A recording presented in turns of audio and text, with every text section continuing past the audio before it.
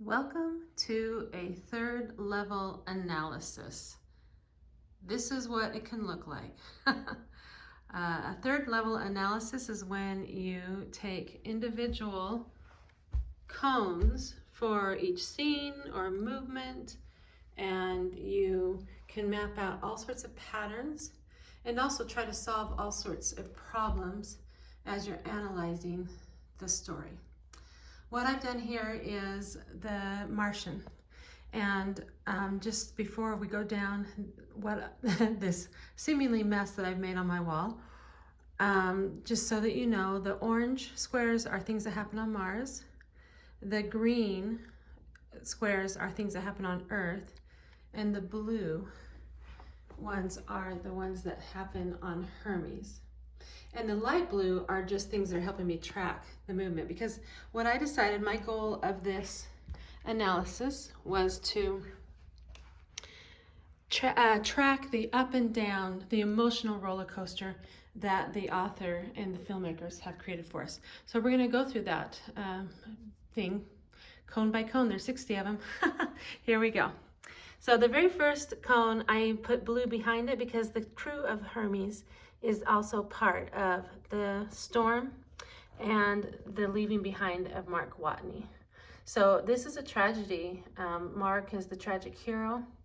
Mars wins as nature on this planet, and this is the lowest point of the story.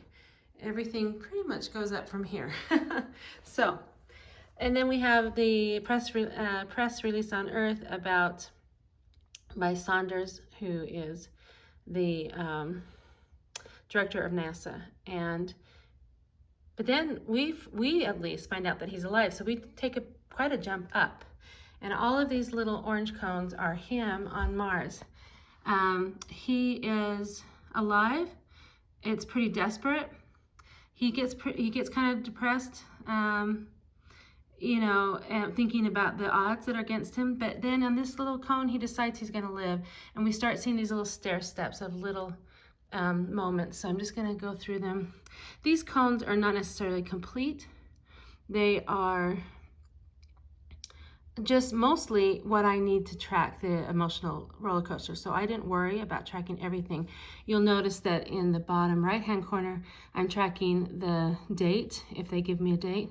And in here, I'm tracking what I think is the kind or type of the story. I think there's a modern satire, because they have cut off the ending. What most of these small scenes do, they're just opening up to the next scene. But this is where he starts to plant the potatoes in his poop.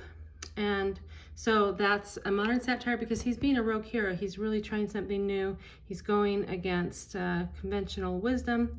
And that's why I call it a satire. He wins over the system, in that if I give Mars any losses in the story, obviously Mars doesn't really win or lose, it just is. But if Mark is able to put off his impending death by Mars, I consider that a loss to Mars, at least that he's temporarily put off his own demise. So here's where he tries to make water. And so in the initial one, he blows up, but then he keeps at it. And so he makes water, and this is a rise up. We're feeling good about this. We're cheering because he's able to water the garden that he has grown. Here's the first potato plant. So we're feeling pretty happy about that. Up in the upper right corner, you'll notice that if there was a memorable line, I would write that in there too. This is Saunders at the funeral, very short little scene. But he said, honor the legacy of Mark left behind. And then this is the little argument between Saunders and Kapoor. Kapoor wants to be able to have satellite time. Saunders says we don't want to see the dead body. But Kapoor says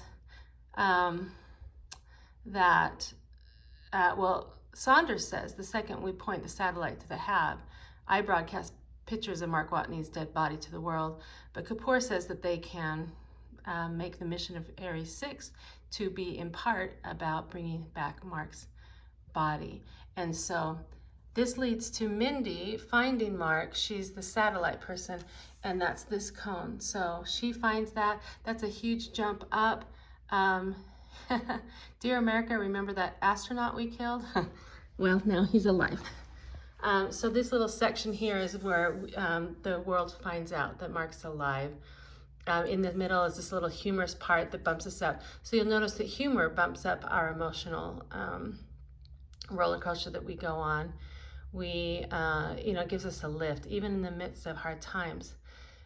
Here is Saunders at a press release asking if he's going to resign, but he says no. So then this is what I call the stair step part of the story. We have this pretty consistent series of stair steps all the way to the top. So we're going to go through that section here. The first stair steps is Mark just continuing to problem solve. So here he's going to science the shit out of this thing. That's his quote. And so he's going through the problems. He's got to get to the crater. He's fixing the rover to go farther, but he doesn't have heat. Then he digs up the plutonium, and now he has heat. Sorry, I got to go up the steps here. And on Earth, they're trying to also figure out how to get supplies to him. And we have a little bit of growing hope. So we got stair steps, stair steps. Here, the first Martian grown potatoes. Mark has food. So that's quite a jump up. And then they figure out on Earth where he's going, that he's going to go try to find the Pathfinder. And so here's where he finds the Pathfinder. That's a drama. We get a nice boost of a win because this is going to be really helpful to him. Then on their end, they're trying to figure out how to communicate with the Pathfinder. And here's the beginnings of comms with Earth. So now it's just not Mark on it by himself, but he now, even though it's clunky at first, they're figuring out how to communicate. So JPL receives the signal. Here he figures out hexadecimals to the rescue. Johansson here had the hexadecimal chart. So that she's kind of coming in as his safe character, helping him out. Here the first message, how alive. And then here, these two is the first real contact. They're able to hack into the rover, and now they can email each other. And they say the whole world is rooting for you. But then after all this, we've had this big, nice, steady climb of problem solving and moving forward. We have a little emotional dip that we're going to go into. And that's when Mark asks, what did they say when they found out I was alive? Meaning the Hermes crew, and then he's told they don't know. And we feel this. We feel this, it really is a little battering for us. We're frustrated. We're frustrated with Saunders for holding that, and we really feel that through the character of Mitch. And he says, it's time, Teddy. So then they tell the Hermes crews. And this is, of course they're happy that Mark's alive, but we feel this emotionally as a tragedy because they left him behind. And that's what the Commander Lewis says, I left him behind. She says that 2 times. And it's really emotional.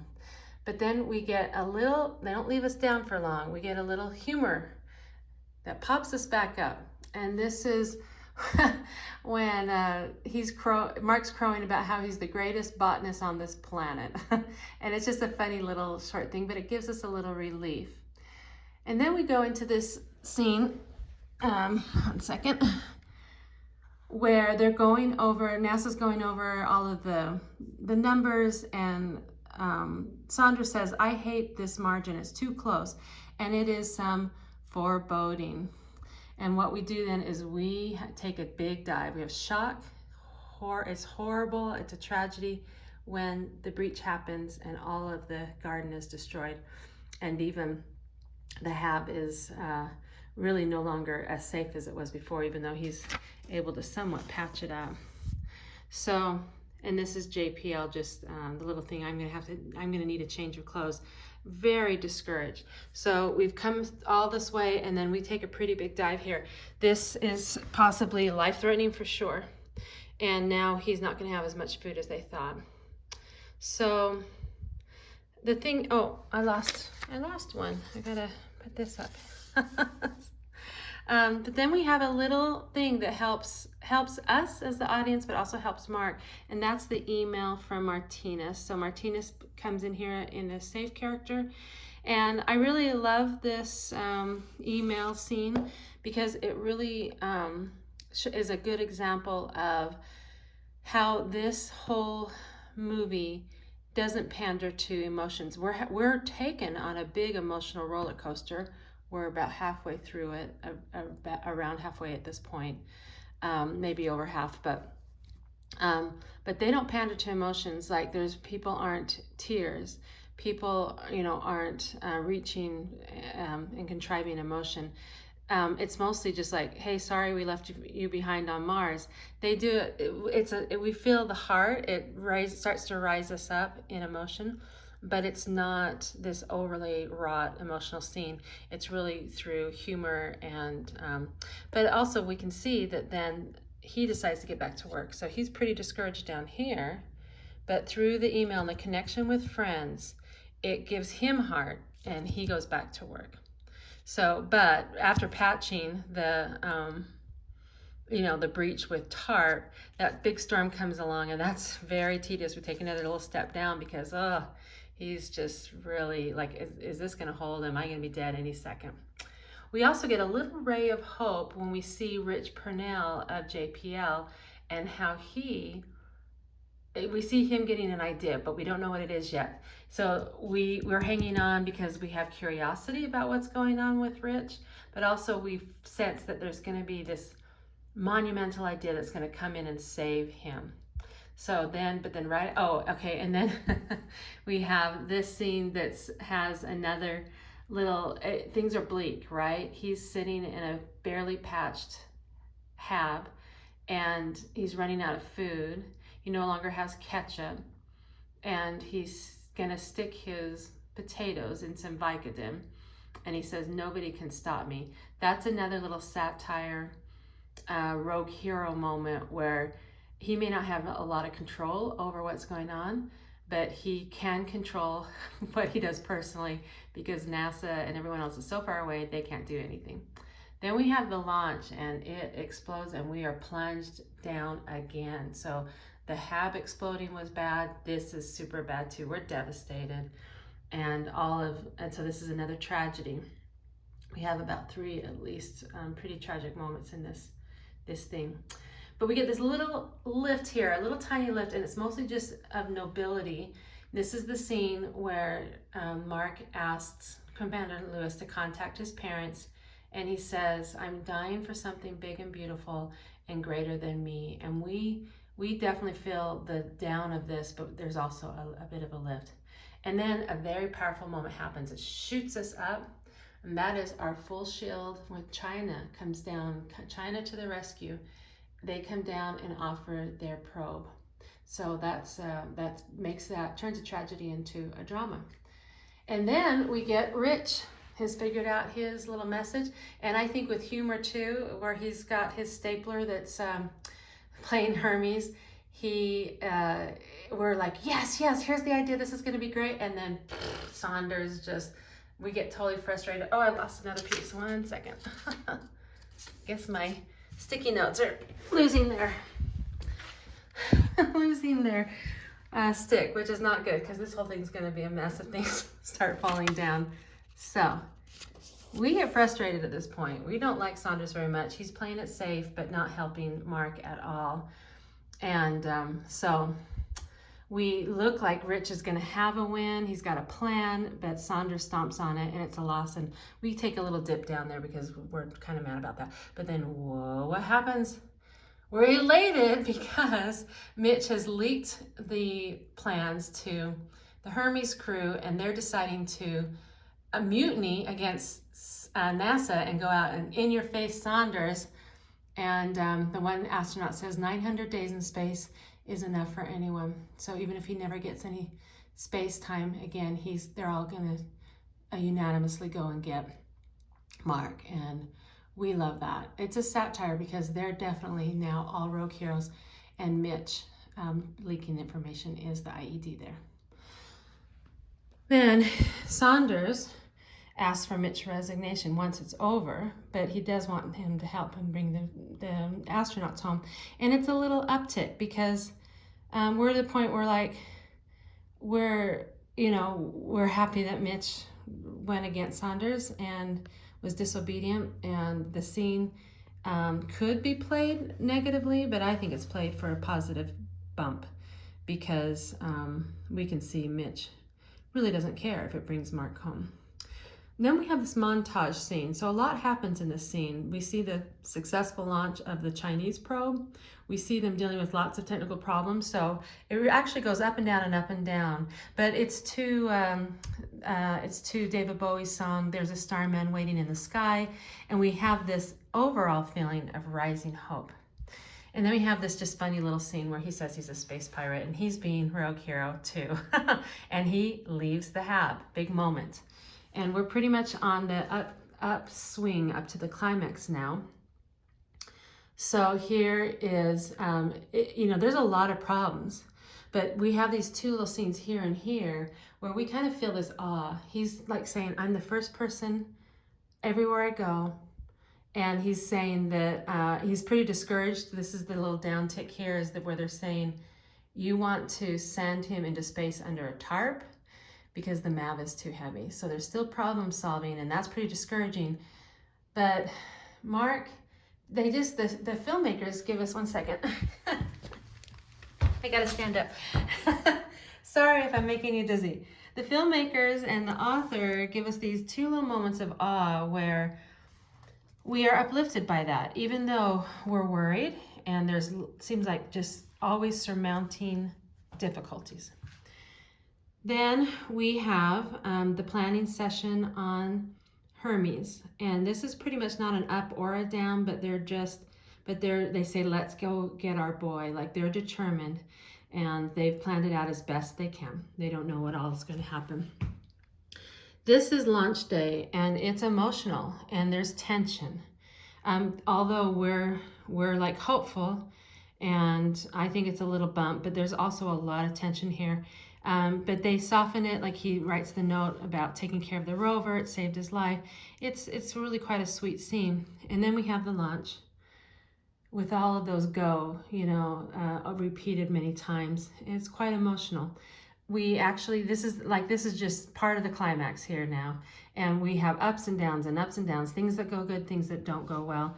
And it's chaotic and very climatic. And then we get into the climax and I've got him, they've been caught. Let me go, they have that problem right in the middle of it. We have 39 minutes to figure out how to slow us down.